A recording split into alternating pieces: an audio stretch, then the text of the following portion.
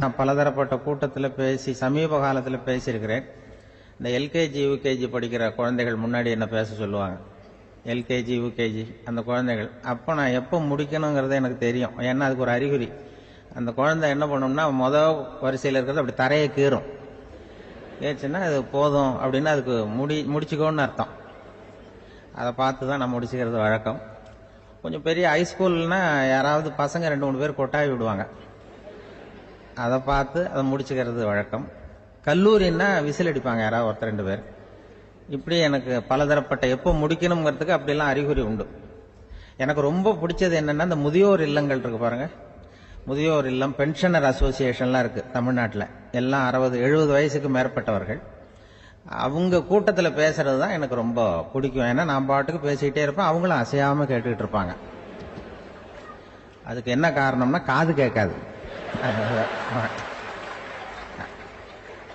அது எனக்கு அப்புறம் தான் தெரியும்.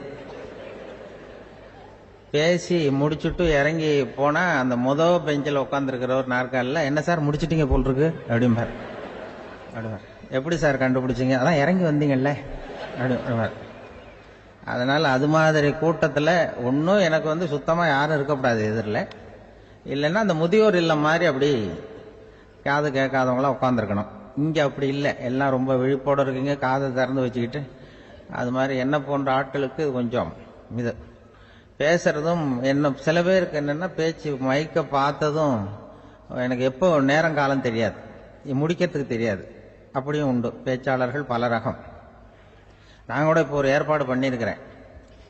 என்னுடைய நண்பர் சுபாஷ்னு ஒருத்தர் வந்திருக்கார்.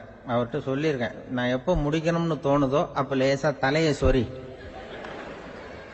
நான் முடிச்சுக்கிறேன். என்ன கடிகாரமும் கிடையாது, ஒன்றும் கிடையாது. நான் எப்போ ஆரம்பிக்கிறேன் எப்போ முடிக்கிறேன்னு தெரியாதுன்னு சொன்னேன். இதே மாதிரி கும்பகோணத்தில் சமீபத்தில் ஒரு கூட்டத்துக்கு போகும்பொழுது அந்த ஏற்பாட்டாளரை உட்கார வச்சு, நீ முடிக்கணும்னு தோன்றப்ப தலையை சொரியா நான் புரிஞ்சுக்கிறேன்னு சொல்லிவிட்டு பெரியவர்களே தாய்மார்களேன்னதும் உடனே தலையை சொன்னாங்க. என்னையா அது உள்ளேன்னா, இல்லை இது தலை அரிக்குது அதனால சொல்லிடுறேன், நீ அது வேற மாதிரியா சொல்லுவேன்னு சொன்னார். அப்படி ஒருத்தர் ஏற்பாடு பண்ணி உட்கார வச்சிருக்கேன் எதிரில். அவர் இன்னும் தலைக்கு கையை கொண்டு போல, முதல் வரிசையில் உட்கார வச்சிருக்கிறேன். ஏன்னா இந்த பேசுறவங்களுக்கு அந்த கூட்டம் பார்த்துட்டா முடிக்கிறது எப்போ முடிக்கிறது என்ன இதுன்னு தெரியாது. அது ஒரு பேச்சாளர் அவர் பாட்டு பேசிட்டே இருந்தாராம். ரொம்ப நேரம் பேசிட்டு இருந்திருக்காரு. பேசிட்டு இருந்தா ஒன்றும் புரியல, நேரங்காலம் தெரியல. அவருக்கே தோணி ஒரு கட்டத்தில் அந்த பேசுறவருக்கு, ஐயா மன்னிச்சுக்கோங்க, நான் ரொம்ப நேரம் பேசிட்டேன் போல் இருக்கு, எவ்வளோ நேரம் பேசினேன்னு எனக்கே ஞாபகம் இல்லை, இந்த கை கடிகாரத்தை கூட பார்க்க மறந்துட்டேன், என்ன மன்னிச்சுக்கோங்க அப்படின்னாராம். அப்போ கோபமா ஒருத்தர் எழுந்திருச்சு, ஏன்யா கடிகாரத்தை தான் மறந்த, பின்னாடி மாட்டிருக்கிற கேலண்டரையாவது பார்க்கக்கூடாதா அப்படின்னாராம். அப்பதான் தெரியுது அவன் வார கணக்கில் பேசிக்கிட்டு இருந்திருக்கான். போன வெள்ளிக்கிழமை ஆரம்பிச்சு இந்த சனிக்கிழமை முடிக்கிறது மாதிரி அப்படி ஆயிடும். ஏன்னா கடிகாரமும் கிடையாது. அது மாதிரி பேசுற பேச்சு ஏன்னா பேசுனா என்ன சொல்லுவாங்கன்னா, எந்த பேச்சை கேட்டாலும் ஒரு தன்னம்பிக்கை வரணுமா கேட்கறவங்களுக்கு, அதுதான் நல்ல பேச்சு அப்படின்னு சொல்லுவாங்க. கேட்கறவங்களுக்கு ஒரு தன்னம்பிக்கை, வாழ்க்கையில ஒரு பிடிப்பு வரணும், தன்னம்பிக்கை வரணும். அப்படிப்பட்ட எண்ணத்துல தான் அவங்க எல்லாம் நல்ல கருத்துக்களை சொல்ல வந்திருக்கிறாங்க. அது என்னன்னா, ஒரு ஒரு ஒரு இளைஞன் எங்கெங்கயோ வேலை தேடி இருக்கான், வேலையே கிடைக்கல. உடனே ஒரு தண்டவாளத்தில் போய் தற்கொலை பண்ணி தண்டவாளத்தில் தலையை வச்சு படுத்துட்டானான். யாரும் வேலை கொடுக்கல, தண்டவாளத்தில் போய் தற்கொலை பண்ணி எடுத்து படுத்திருக்கான். அப்போ 2 பக்கமும் திரும்பி பார்க்கறான், ரயிலே வரல. என்ன தற்கொலை பண்ணா கூட ரயில் வர மாட்டேங்குது அப்படின்னு சொல்லிட்டு பார்த்துருக்கேன். அப்போ யாரோ ஒருத்தர் பேசிக்கிட்டு இருக்காரு, ஒரு திடல்ல கூட்டம், பெரியவர் பேசிக்கிட்டு இருக்காரு. நம்ம அந்த பெரியவர் போய் கொஞ்ச நேரம் அந்த கூட்டத்தையாவது கேட்டுட்டு வருவோம், நீ ரயில் வர்ற பாட்டை காணும், அப்புறம் தலையை வச்சு படுத்துக்குவோம் அப்படி நேரம் அந்த கூட்டத்துக்கு போனால் ஒரு திடல்ல ஒரு பெரிய மனுஷன் பேசிட்டு இருக்காரு. தன்னம்பிக்கை, வாழ்க்கையில் இளைஞர்கள் ரொம்ப தன்னம்பிக்கையோடு இருக்கணும் அப்படி இப்படின்னு பேசிட்டு இருக்காரு. இவன் போய் உட்காந்து கேட்டான். இந்த இளைஞன் 1 மணி நேரம் கேட்டான். 2000 பேர் உட்காந்து கேட்டுக்கிட்டு இருந்தாங்க. உடனே கூட்டம் முடிஞ்சது, கூட்டம்லாம் கலைஞ்சு போச்சு. அந்த பெரியவர் பேசிக்கிட்டு இருந்தாரு, அவரை போய் இவன் சந்திச்சான். இளைஞன், ஐயா நான் தற்கொலை பண்ணிக்கணுங்கிற எண்ணத்தோடு வந்தேன், தண்டவாளத்தில் தலையை வச்சு படுத்தேன், ரயில் வரல, அந்த நேரம் உங்கள் பேச்சு குரல் தான் கேட்டுது, நான் உங்கள் பேச்சை கேட்டேன், 1 மணி நேரம் கேட்டேன், கேட்டு முடிச்சதுக்கு அப்புறம் என்னுடைய எண்ணத்தை நான் மாற்றிக்கிட்டேன், நான் இனிமேல் தற்கொலை பண்ணிக்க மாட்டேன் அப்படின்னா. அவர் பேச்சாளருக்கு ரொம்ப பெருமை. இதுதான் ஒரு பேச்சுக்கு அடையாளம், இப்படிதான் இருக்கணும். சரி, அந்த முடிவுக்கு எப்படி நீ வந்தேன்னு கேட்டார். இப்போ உங்க பேச்சை இந்த கூட்டத்தில் எவ்வளவு பேர் கேட்டுக்கிட்டு இருந்தாங்க சார் அப்படின்னு கேட்டான். ஒரு 2000 பேர் இருக்கும்பா அப்படின்னார் அவர். அப்போ அந்த இளைஞன் சொன்னானா, ஒரு 2000 பேரை ஒரே நேரத்தில் சாகடிக்கிற நீ உயிரோடு இருக்கிறப்போ நான் எதுக்கு சார் சாகணும்? நான் இது வரைக்கும் யாருக்கும் எந்த கெடுதலும் பண்ணல, நான் இனிமேல் சாக மாட்டேன் சார்ட்டு போயிட்டானா. அப்படி கேட்கறவங்களுக்கு ஒரு தன்னம்பிக்கை வரணும். அது எப்படியோ வந்தா போறோம். இப்ப எங்க பேச்சை கேட்டுவிட்டோம் அந்த ரகத்தில் வந்தாலும் சரிதான். வாழ்க்கையில ஒரு பிடிப்பு வரணும் அப்படிங்கிறது தான் ஒரு சிறந்த பேச்சுக்கு அடையாளம்னு சொல்லுவாங்க. அப்படி அது பண்றது. இதுல என்னன்னா, இந்த மனிதனுக்கு அந்த சிரிப்பு இருக்கு பாருங்க, அதை பத்தி சொல்லுவாங்க. நகைச்சுவை குடும்பத்துல நகைச்சுவை உணர்வு இருந்ததுன்னா குழப்பமே வராதுன்னு சொல்லுவாங்க. இந்த பேச்சாளர்கள் என்னன்னா, சில பேர் தெளிவா, அதாவது தெளிவா பேசி குழப்பறவங்க இருக்கிறாங்க, குழப்பமா பேசி தெளிவுபடுத்துறவங்க இருக்கிறாங்க. அப்படிப்பட்ட பேச்செல்லாம் உண்டு. குழப்பமா பேசி தெளிவுபடுத்துறது யாருன்னா சித்தர்கள். நம்ம பழைய சித்தர் பாட்டெல்லாம் பார்த்தீங்கன்னா படிக்கிறதுக்கு குழப்பமா இருக்கும், ஆனா அது கருத்து தெளிவா இருக்கும். அதுதான் குழப்பமா பேசி தெளிவுபடுத்துறவர்லாம் பழைய நம்ம சித்தர்கள். தெளிவா பேசி குழப்பறவங்க இருக்கிறாங்க சில பேச்சாளர்கள். ஒருத்தன் ஆடு மேய்ச்சிக்கிட்டு இருந்தானா, ஒரு ஆடு மேய்ச்சிக்கிட்டு இருந்திருக்கிறான் ஒரு திடல்ல. அந்த ஆடு மேய்க்கிற அந்த ஆள் ரொம்ப தெளிவா பேசணும்னு நினைக்கிறவன். அவர்கிட்ட போய் கேட்டிருக்கான். அந்த ஆள்கிட்ட போய் ஒருத்தன் கேட்டான், மந்தையில எத்தனை ஆடுப்பா இருக்கு? அப்ப அவன் சொன்னான், ஆடு மேய்க்கிறவன், சார் எதையும் தெளிவா கேட்கணும், நீ கருப்பாட்டை கேட்கறியா வெள்ளாட்டை கேட்கறியா அப்படின்ட்டு இருக்கான். கருப்பாடு அது ஒரு 50 இருக்கு அப்படின்னா, சரி வெள்ளாடு எத்தனை இருக்கு அப்படின்னா, அதுவும் 50 தான் இருக்கு அப்படின்னு இருக்கான். என்ன ரெண்டும் ஒரே ஆன்சர் தானே சொல்றான் அப்படின்னு சொல்லி, சரி இந்த ஆடெல்லாம் எவ்வளவு புல்லு சாப்பிடும் ஒரு நாளைக்கு?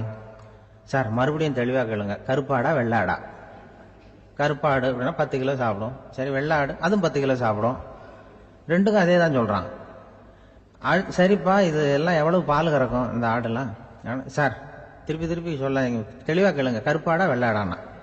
கருப்பாடு தினம் 5 லிட்டர் கறக்கும், வெள்ளாடு அது 5 லிட்டர் தான் கறக்கும். அப்புறம் இப்படியே இவன் தெளிவா பேசி இவன் என்ன சொல்லிட்டு வரான்னு தெரியல. ரெண்டும் ஒரே ஆன்சர் தான், அப்புறம் எதுக்கு பிரிச்சு பேசுற? ரெண்டும் ஒண்ணுதாடா சொல்றேன்னு இருக்காரு. அப்படி இது ஆரம்பத்திலே கேட்டா சொல்லிட்டு போறேன். ஏன்னா ஏன் அப்படி தெளிவா பிரிச்சு கேட்கறேன்னா, அந்த கருப்பாடெல்லாம் எதிர்த்த வீட்டுக்காரனுக்கு சொந்தம். சரி வெள்ளாடு அதுவும் எதிர்த்த வீட்டுக்காரனுக்கு தான் சொந்தம் அப்படின்னா, இப்ப இவன் என்ன பேசலாம்? தெளிவா பேசி குழப்பிட்டு இருக்கான்னு அர்த்தம். இப்ப எதுக்கு இந்த அறிகுறியை சொல்றேன்னா, நான் பேசுறது கூட அப்படித்தான் இருக்கும். ஏன்னா குழப்பமா பேசி தெளிவுபடுத்துகிறவர்கள் பின்னாடி வராங்க, அவங்க கொஞ்சம் அவங்க. அதனால நம்மளால முடிஞ்ச வரைக்கும் கொஞ்சம் தெளிவா பேசி உங்களை குழப்பி வச்சோம்னா அவங்க பின்னாடி பார்த்துக்குவாங்க. அதுதான் எனக்கு எங்க ஊர்லயே ஒரு பேர், எங்க ஊர் நண்பர்கள் கூட இங்க வந்திருக்கிறாங்க. எங்க ஊர்ல இருக்கிறவங்க இந்த ஊர்ல வேலை பார்க்கறாங்கிறது எங்க ஊர் பக்கத்து ஊர் இப்பதான் தெரியும். வந்த பிறகு நண்பர்கள்லாம் பார்த்தாங்க. எங்க ஊர் பையங்கள்லாம் இங்க இருக்கிறாங்கிறது எனக்கு இப்பதான் தெரியும். எங்க ஊர்ல அவங்களுக்கு தெரியும் எனக்கு பேர் என்னன்னா, எல்லாம் நல்லா செய்வேன், கொஞ்சம் பொய் சொல்லுவேன் அப்படிம்பாங்க. அதுக்கு இப்பவும் சொல்லுவாங்க. எங்க ஊர்ல ஒரு பெரியவர் கேட்டார், உனக்கு சின்ன வயசுலயே உனக்கு ரேடியோவில் வேலை கிடைக்கும்னு எனக்கு தெரியும்பா அப்படிம்பாரு ஒரு தாத்தா. அது எப்படி தாத்தா உங்களுக்கு தெரியும், அவ்வளவு தீர்க்க தரிசனமா? இல்ல நீ சின்ன வயசுல கூட ஒரு பொய்ய கூட நிஜ மாதிரி பேசுவேன், அதனால தான் உனக்கு அங்க வேலை கிடைச்சது அப்படின்னு சொல்லுவாங்க. அது மாதிரி இந்த பொய் சொல்றதுல கொஞ்சம் அதுதான் என்கிட்ட உள்ள குறைய தவிர, கொஞ்சம் பொய் சொல்லுவேன், வேற மற்றதெல்லாம் தெளிவா இருக்கும். இதுவே சொன்னாராம். அதாவது கடவுள்கிட்ட போய் புகார் பண்ணாங்களாம். கடவுள்கிட்ட போய் ஒருத்தர் புகார் பண்ணியிருக்கிறார், நீ படைச்ச மனுஷன்லாம் பூலோகத்தில் பொய் சொல்றாங்க, ரொம்ப எல்லாரும் பொய் சொல்றாங்க, நீ படைச்ச மனுஷன் சரியா இல்லை அப்படின்னு கடவுள்கிட்ட போய் புகார் பண்ணாங்களாம். அப்ப கடவுள் சொன்னாராம், என்னை யாரும் ஏமாற்ற முடியாதுப்பா, நான் அதுக்கு ஒரு ரிமோட் கண்ட்ரோல் மாதிரி ஒன்று வச்சிருக்கேன், இங்க பாரு எதிர்த்தாப்புல பாரு என்ன தெரியுது அப்படின்னா, பிரம்மாண்டமான செவுரு, அதுல லட்சக்கணக்கான எலக்ட்ரிக் பல்புலாம் சொருவி இருக்கு, பல்பு சொருவி இருக்கு அதெல்லாம். அப்ப கடவுள் சொன்னாராம், புகார் சொன்னவனை கூப்பிட்டு, இதை பாருப்பா எலக்ட்ரிக் பல்பு, பூலோகத்துல நாம் படைத்த மனிதர்கள் யாராவது பொய் சொன்னா இங்க விளக்கு எரியும், எந்த ஏரியாவில் எவ்வளவு விளக்கு எரியுது அப்படிங்கிறத பார்த்து நான் கண்டுபிடிச்சிருவேன், நான் படைத்த மனிதர்களை என்னை ஏமாற்ற முடியாது, எவ்வளவு பேர் எங்க பொய் சொல்றாங்கிறது இந்த விளக்க பார்த்து கண்டுபிடிச்சிருவேன் நான் கடவுள். இப்படி சொல்லிட்டு இருக்கும் பொழுது எல்லா விளக்கம் எரிஞ்சுதான். அப்போ புகார் பண்ணவன் கேட்டிருக்கான், இது ஏதாவது ஒயரிங்ல கோளாறா இருக்குமா சார், இது ஏன் இப்படி எல்லாம் எரியுது அப்படிங்கிறப்ப கடவுள் சொன்னாராம், இல்ல இப்ப பொறு, இப்ப சிங்கப்பூர்ல தென்கட்சி சுவாமிநாதன் பேசிக்கிட்டு இருக்காரு. இன்னும் ஒரு 15-20 நிமிஷத்துல சரியா போடும் அப்படின்னாராம். அப்படி சொல்லுவாங்க என்னை பத்தி கொஞ்சம் பொய் சொல்றதுங்கிறது. அதுக்காக உங்ககிட்ட வந்து பொய் சொல்ல முடியாது. நான் பொய் சொல்றதுன்னா அந்த முன்னாடி சொன்ன முதியோர் இல்லம் அங்க வேணா சொல்லலாம், எதை சொன்னாலும் கேட்க போறதில்ல, அப்படி சொல்லலாம். ஏன்னா இப்ப இதுல என்னன்னா, இவங்க ஐயாக்கெல்லாம் இங்க வந்ததும் பெரியவங்க எல்லாம் சொன்னாங்க, முஸ்தபா சார்லாம் சொன்னார், இங்க வந்து முன்னாடி எல்லாம் எங்க மனிதர்கள் எந்த அளவுக்கு இப்ப வந்து ரொம்ப ஆக்கப்பூர்வமாக வளர்ந்திருக்கிறார்கள். முன்னாடிலாம் சினிமா நடிகர்களுக்கு தான் இது மாதிரி கூட்டங்கள்லாம் வரும், சினிமா சம்பந்தப்பட்டவங்களுக்கு இது மாதிரி ஏதாவது நல்ல விஷயங்களை பேசுறவங்களுக்கு கூட்டம் வர்றது வந்து ஒரு பெரிய ஆரோக்கியமான அறிகுறி, எங்களுக்கெல்லாம் ரொம்ப மகிழ்ச்சியா இருக்கு சார்னு சொன்னார். அது இப்போ அதுக்கு தான் வந்திருப்பீங்க, வேற ஒன்றும் இப்போ எங்கள் முகத்துக்காக வந்திருக்க போறீங்க, அப்படி ஒன்றும் கவர்ச்சியான முகமா அதுவும் அதனால வந்து முகத்தை பார்க்கறதுக்கு தான் வந்திருக்கிறாங்க அப்படின்னு சொல்லி. அந்த ரேடியோவில் நான் கொஞ்ச காலம் வெளியில தெரியாம இருந்தேன். அப்ப என்ன பண்ணுவாங்கன்னா, என்ன வருவாங்க எங்க ரேடியோ ஸ்டேஷனுக்கு வருவாங்க, சார் அந்த தினம் ரேடியோவில் பேசுறாரு இன்று ஒரு தகவல், அவர் முகத்தை பார்த்துட்டு போகணும் சார் அப்படின்ட்டு வருவாங்க. ஏன்னா இப்ப தொலைக்காட்சியில் வர்றதில்லை. அதுல என்னன்னா, அப்படி ஒரு தடவை வர்றவங்க அடுத்த தடவை வர்றதில்லை. அப்பதான் புரியுது, ஓஹோ அவங்க ஆள் யாருன்னு தெரிஞ்சுக்கிறதுக்கு தான் வராங்க, வேற ஒன்றும் ஒரு பெரிய கவர்ச்சி. அதனால இந்த கூட்டம் வந்து ஏதோ என்னோட கவர்ச்சின்னா அவர் ஐயா சுகி சிவம் கொஞ்சம் கவர்ச்சியா தெரிகிறார், அதனால அவருக்காக வந்த கூட்டமா வேணா இருக்கலாம், வேற எனக்கு அந்த நம்பிக்கை இல்லை. ஐயா சாலவன் பாப்பாவுக்கு சுத்தமா அந்த நம்பிக்கை இருக்காது. அதனால நாங்க வந்து ஏமாந்து போட மாட்டோம், ஏதோ எங்களை பார்க்க தான் வந்திருக்கிறாங்க எல்லாரும் அப்படின்னு. என்ன அவங்களுக்கு கருத்துன்னா, நல்ல குடும்பம் நல்ல மகிழ்ச்சியாக வாழ்வது எப்படி, நல்ல குடும்பத்தை எப்படி நடத்துறது, இது மாதிரி நல்ல கருத்துக்களை ஜனங்கள்கிட்ட பரிமாறிக்கணும்னு இந்தியாவிலையும் தமிழ்நாட்டிலையும் சில நிகழ்ச்சிகளை அவங்க நடத்திட்டு இருக்கிறாங்க. ஐயா அவர்கள் கிராமப்புறங்கள்ல நகர்ப்புறங்கள்லாம் ஜனங்களை கூப்பிட்டு நல்ல விஷயத்த சொல்லுது. குடும்பம்ங்கிறது இப்போ வந்து ரொம்ப கஷ்டம். இப்போ எப்படின்னா, ஒரு 600 வருஷத்துக்கு முன்னாடி மனுஷனுக்கு இருந்த நெருக்கடி இருக்கு பாருங்க, ஒரு 600 வருஷத்துக்கு முன்னாடி மனுஷனுக்கு எவ்வளவு நெருக்கடி இருந்ததோ அது போல 40 பங்கு இப்போ அதிகமாயிட்டு தான் கண்டுபிடிச்சு சொல்லியிருக்கிறாங்க. அவ்வளவு நெருக்கடிக்கு மத்தியில் நாம வாழ்ந்துகிட்டு இருக்கிறோம். ஒரு 600 வருஷத்துக்கு முன்னாடி என் தலையில 1 கிலோ வச்சுக்கிட்டு நின்னேன்னு வைங்க, இப்ப 40 கிலோ வச்சுக்கிட்டு நிக்கிறேன். அப்படி ஒவ்வொரு மனுஷனுக்கும் வாழ்க்கையில நெருக்கடி அதிகமா போச்சு. இந்த நெருக்கடியில முன்னாடிலாம் யாரோ ஒருத்தர் தான் தியானம் பண்ணுவாங்க. தியானம்னா ஒருத்தர் 2 பேர் காட்டுக்கு போய் தியானம் பண்ணிட்டு இருப்பாங்க 600 வருஷத்துக்கு முன்னாடி. இப்ப வீட்டுக்கு வீடு தியானம் நடக்குது. ஏன்னா அந்த அளவுக்கு வாழ்க்கையில ஒரு நிம்மதி வேணும் அப்படின்னு சொல்லி பண்ணிட்டாங்க. அதுக்குதான் இயற்கை கொடுத்திருக்கிற ஒரு இயற்கையான வைத்தியம் தான் சிரிப்புங்கிறது. இதை பத்தி பெரியவங்க எல்லாம் இப்ப ஆராய்ச்சி பண்ணிட்டு இருக்கிறாங்க. சிரிப்புங்கிறது நாம பிறந்து ஒரு 6 மாசத்துல தான் முதல் தடவையா விவரமா சிரிக்க ஆரம்பிக்கிறோமா. நாம பிறந்து 6 மாசத்துக்கு, அதாவது முதல் தடவை சிரிக்க ஆரம்பிக்கிறது ஒரு 6வது வாரம், 1.5 மாசத்துல தான் குழந்தை வந்து விவரமா சிரிக்க ஆரம்பிக்குது. அப்புறம் அப்படியே சிரிக்க ஆரம்பிக்கிறோம். அதெல்லாம் இப்ப கணக்கு எடுத்திருக்கிறாங்க. ஒரு குழந்தை ஒரு நாளைக்கு 200 தடவை சிரிக்குதான் ஒரு குழந்தை. பெரியவங்க எல்லாம் 15 தடவை சிரிக்கிறாங்களாம். 200 தடவை சிரிச்சுக்கிட்டு இருந்த நாம அப்படியே குறைஞ்சு 15 ஆயிட்டு. அதனாலதான் இருதய நோயெல்லாம் வருது, ஹார்ட் அட்டாக் எல்லாம் வருதுன்னு கண்டுபிடிச்சிருக்கிறாங்க. 200 சிரிப்புக்கு வந்து அது வந்து இயல்பு தன்மை, மனுஷனுடைய இயல்பு தன்மை சிரிக்கிறது. அதுக்கு ஜோக்கே தேவைப்படாது. ஆனா இப்ப காலங்காலமா நாம என்ன போதிக்கப்பட்டு வந்திருக்கிறோம்னா, சிரிப்புங்கிறது ஒரு பாவமான செயல். ஒரு முதலாளிக்கு முன்னாடி தொழிலாளி சிரிச்சா மரியாதை குறைச்சல், ஒரு கணவனுக்கு முன்னாடி மனைவி சிரிச்சா மரியாதை குறைச்சல், அது மாதிரி ஒரு வாத்தியாருக்கு முன்னாடி பையன் சிரிச்சா மரியாதை குறைச்சல், ஒரு ஆபீசருக்கு முன்னாடி பியூனு சிரிச்சா மரியாதை குறைச்சல், இப்படின்னு சொல்லி சிரிப்புங்கிறது ஏதோ மரியாதை குறைவான செயல்னு காலங்காலமா நாம போதிக்கப்பட்டு வந்திருக்கிறோம். இப்ப மரபு ரீதியாவே அந்த சிரிப்பு வந்து நம்மகிட்ட சிறைப்பட்டு இருக்குதான், அடங்கி போச்சு. அந்த சிறைப்பட்டு இருக்கிற சிரிப்பை வெளியில கொண்டு வர்றதுக்கு தான் ஜோக்குன்னு ஒரு சாவியை போட வேண்டியிருக்கு. வேற இந்த ஜோக்குக்கும் சிரிப்புக்கும் சம்பந்தம் இல்லை. அதை ஏற்கனவே இருக்கிறத வெளில கொண்டு வரதுக்கு ஒரு சாவி மாதிரி உபயோகப்படுதுன்னு இப்ப அதை பத்தி ஆராய்ச்சி பண்றவங்க எல்லாம் சொல்றாங்க. ஏன்னா சிரிப்புக்கு ஜோக்கு தேவைப்படாது. ஒரு குழந்தை தொட்டில படுத்திருக்குன்னு வைங்களேன், குழந்தை தொட்டில இருக்கு, அது முகத்துக்கிட்ட போய் ஒரு கிளுகிழுப்பை ஆட்டுங்க சிரிக்கும். அந்த கிளுகிழுப்ப சத்தமே சிரிக்க வைக்கிறதுல அதுதான் மனுஷனுடைய இயல்புத்தன்மை. அது என்ன ஜோக்காது, சத்தம். ஒரு கிளுகிழுப்பை கொண்டு போய் குழந்தை முகத்துக்கிட்ட ஆட்டினா சிரிக்குதே, அதுதான் இயல்புத்தன்மை. அதே கிளுகிழுப்பை ஒரு தாத்தா மூஞ்சிக்கிட்ட ஆட்டுங்க, கோவம் வந்துடும், அடிக்க வருவார், என்னடா விளையாட்டு இது அப்படிமாரு. ஏன்னா அவர் சிரிச்சுக்கிட்டு இருந்தவர், அப்படி இருந்தவர் ஒரு காலத்துல. ஒரு கிளுகிழுப்பைக்கு சிரிச்சவர் ஒரு காலத்தில் இப்போ கோவப்படுறாருன்னா அந்த அளவுக்கு நம்ம மாறி போயிட்டே வந்துகிட்டு இருக்கிறோம். அதனால அந்த இயல்பு தன்மை மாறாமல் இருக்கணுங்கிறது ரொம்ப முக்கியம். அதுக்காக எல்லாரையும் குழந்தையாக்க முடியாது. மனுஷன் எல்லாரும் இனிமேல் வயசுங்கிறது கூட ஆகிட்டே தான் இருக்கும். அதுக்காக குறைச்சிக்கிட்டே போக முடியாது. அதுக்கு யாராவது மருந்து கண்டுபிடிச்சாதான் உண்டு. ஆனால் ஒருத்தர் மருந்து கண்டுபிடிச்சாராம், சொல்லுவாங்க. ஒரு டாக்டர் ஒரு மாத்திரை கண்டுபிடிச்சாராம். ஒரு மாத்திரை சாப்பிட்டா ஒரு வயசு குறையும், ஒரு மாத்திரை சாப்பிட்டா ஒரு வயசு குறையும் அப்படின்னு ஒரு மாத்திரையை கண்டுபிடிச்சிருக்காரு. ஒரு பாட்டி அம்மா, 90 வயசு பாட்டி, அது போயிருக்கு. அதே டாக்டர்கிட்ட போய், ஐயா எனக்கு ஒரு பாட்டில் மாத்திரை கொடுங்க, இந்த வயசு குறையிற மாத்திரை அப்படின்றது. அவர் ஒரு பாட்டில் கொடுத்தாரு மாத்திரை. பாருமா பாட்டியம்மா, ஒரு மாத்திரை சாப்பிட்டா ஒரு வயசு குறையும், எடுத்துகிட்டு போகணும்னு கொடுத்துருக்காரு டாக்டர். இந்த 90 வயசு பாட்டி எடுத்துகிட்டு வீட்டுக்கு வந்துட்டு மறுநாள் அதே டாக்டர்கிட்ட போயிருக்கு. 30 வயசு பொண்ணா போச்சான்.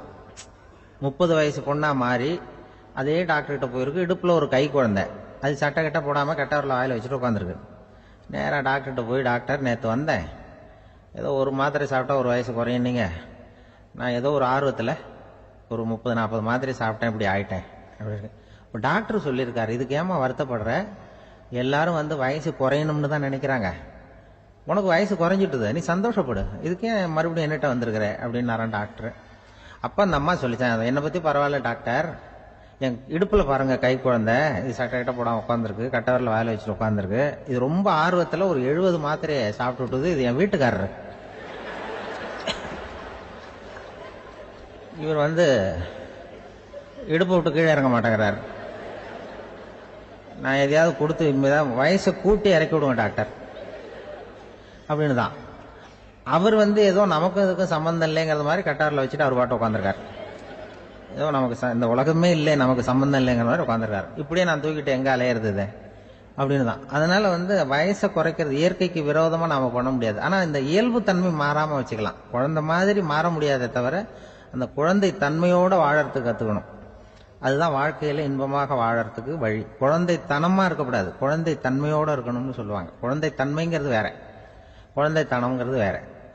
அப்படி ஒரு மாத்திரை கண்டுபிடிச்சிட்டா இப்ப யாராவது ஒருத்தவங்க இடுப்புல குழந்தைய தூக்கிட்டு போனா போய் கேட்கணும், ஏமா இது ஏன் வீட்டுக்காரரா உன் குழந்தையா அப்படின்னு கேட்டு அதுக்கப்புறம் அவருக்கு வணக்கம் சொல்லணும். இப்படிலாம் ஆயிடும் நிலைமை. இயற்கையை நம்ம மாற்ற முடியாது. அதுக்கு தகுந்தாப்புல தான் நாம பண்ணணும். குழந்தை தன்மையோட வாழறதுக்கு குடும்பத்தில் குழந்தை தன்மைங்கிறது எப்படின்னா, இப்போ ஒரு சில பேருக்கு அந்த குழந்தை தன்மை உண்டு. ஒரு வீட்டில் ஒரு புள்ள படுத்திருக்கு, அம்மா எழுப்புறாங்க, காலேஜுக்கு நேரமாச்சு எழுந்திருப்பா, காலேஜுக்கு நேரமாச்சு எழுந்திருப்பா அப்படின்னு. அந்த அம்மா அந்த புள்ளை சொல்லியிருக்கு, ஐயோ எனக்கு காலேஜுக்கு போகிறதுக்கு பிடிக்கலம்மா, என்னை தொந்தரவு பண்ணாத, காலேஜுக்கு போகிறதுக்கு எனக்கு பிடிக்கல அப்படின்னு தான். அப்போ அந்த அம்மா சொல்லியிருக்கு, ஏன் உனக்கு காலேஜுக்கு போகிறதுக்கு பிடிக்கல, கல்லூரிக்கு போகிறதுக்கு, அதுக்கு 2 காரணம் சொல்லு அப்படின்னு இருக்க. அப்போ அந்த புள்ளை சொல்லிச்சான், ஏன் பிடிக்கலன்னா, கல்லூரியில் இருக்கிற வாத்தியாருக்கும் என்ன பிடிக்க மாட்டேங்குது, ஆசிரியர்களுக்கும். 2வது காரணம், கல்லூரியில் படிக்கிற மாணவர்களுக்கும் என்ன பிடிக்கல, அதனால நான் காலேஜுக்கு போக மாட்டேன்ற குழந்தை புள்ள சொல்லியிருக்கு. அம்மா அப்படிலாம் நீ இதுக்காக போகாமல் இருக்கக்கூடாது, நீ போய் தான் ஆகணும் அப்படின்னு புடிவாதமாக அந்த அம்மா பிள்ளைய எழுப்புனாங்களாம். சரி, நான் எதுக்கு காலேஜ் போகணும்னு சொல்கிறேன், அதுக்கு நீ 2 காரணம் சொல்லு அப்படின்னு தான் அந்த புள்ள. அப்போ அந்த அம்மா சொன்னாங்களாம், நீ ஏன் காலேஜுக்கு போகணும்னா, முதல் காரணம் உனக்கு வயசு 52, 2வது காரணம் நீ தான் பிரின்சிபால் அப்படின்னு தான். என்ன இருந்தாலும் அவங்க அம்மாவுக்கு அது புள்ள தானே. அதுதான் குழந்தை தன்மைங்கிறது. 52 வயசுலையும் குழந்தை தன்மையோடு இருக்கார் பாருங்க, அதுதான் அந்த குழந்தை தன்மையோடு வாழறது தான் வெற்றிக்கு வழின்னு சொல்லுவாங்க. கணவன் இன்னைக்கு நேற்று என்னன்னு யோசிச்சுக்கிட்டு இருக்கிறப்போ உங்க ஊர் தொலைக்காட்சியிலேயே ஒரு நிகழ்ச்சி நடந்தது. அதாவது இந்த உறவுகளை பற்றி ஒரு பேட்டி எடுத்திருந்தாங்க. ஒரு அம்மா சொல்லுது, அதாவது கணவன் மனைவியா இருந்துட்டு அப்புறம் விவாகரத்து வாங்கிட்டு அதுக்கப்புறம் அந்த அம்மா பேசுறத நேற்று தொலைக்காட்சியில் போட்டாங்க. அது என்ன சொல்லுதுன்னா, நாங்க கணவனும் மனைவியா இருக்கிறப்போ எங்களுக்குள்ள சண்டை வந்துகிட்டு இருந்தது, இப்ப விவாகரத்து வாங்கிட்டு இப்ப நண்பர்களா இருக்கிறோம், இப்ப சண்டையே வர்றதில்லை எங்களுக்குள்ள. அப்படி பாருங்க, கணவன் மனைவியா இருந்தப்ப சண்டை வந்துதான், விவாகரத்து வாங்கினது மறுபடியும் நாங்க நல்லபடியா தான் இருக்கிறோம், ஒன்னும் எங்களுக்கு சண்டை வரல. அப்படி இருக்குது இப்ப காலம் போய்கிட்டு இருக்கு. நேற்று அப்படி ஒரு இது என் கூட வேலை பார்க்குறப்போ ஒரு அம்மா இருந்தாங்க. அவங்க எப்போதும் அவங்க வீட்டுக்காரர் படத்தையே வச்சிருப்பாங்க, கையில் பத்திரமா வச்சுப்பாங்க. அவ்வளவு மரியாதை மதிப்புன்னு சொல்லி நாங்கள்லாம் அவங்கள பெருசாக நினைப்போம். இது எதுக்குமா அவங்க வீட்டுக்காரர் படத்தை பத்திரமா இல்லை கையிலேயே வச்சிருக்கீங்களே, ஆஃபீஸுக்கெல்லாம் எடுத்துகிட்டு வச்சு அடிக்கடி எடுத்து பார்த்துக்குவாங்க. அவ்வளவு பிரியமா அவங்க வீட்டுக்காரர் இல்லை. ஆமா, எனக்கு வந்து ஏதாவது பிரச்சனை வந்துடுதுன்னா உடனே எங்க வீட்டுக்காரர் படத்தை எடுத்து பார்ப்பேன். பரவாயில்ல, இப்படி ஒரு இதா? ஆமா, இதை பார்த்துட்டு நினைச்சுக்குவேன், இதை விட பிரச்சனை வேற என்ன இருந்துட போகுது உலகத்துல அப்படின்னு நினைச்சுக்குவேன். உடனே எனக்கு எல்லாம் போயிடும் அப்படின்ட்டுதான். அப்படி ஒரு அம்மா இருந்தாங்க, இப்போ இருக்காங்க, வேலை பார்த்துக்கிட்டு இருக்காங்க. அப்படிலாம் நீங்க இருக்கிற தாய்மார்கள், பெண்கள் யாராவது அப்படி கூட பண்ணலாம். யாரா எப்போதுமே உங்க வீட்டுக்காரர் படத்தை கையில் வச்சுக்கோங்க. அது ஒரு யோசனை, குடும்பம் குதூகலமா இருக்கிறதுக்கு அது ஒரு யோசனை. அதே மாதிரி இவங்களும் அவங்க படத்தை வச்சுக்கலாம், வச்சுக்கிட்டு பிரச்சனை வரும்போது பார்த்துக்கணும், இதை விட நமக்கு என்ன வந்துட போகுது பெருசா அப்படின்னு.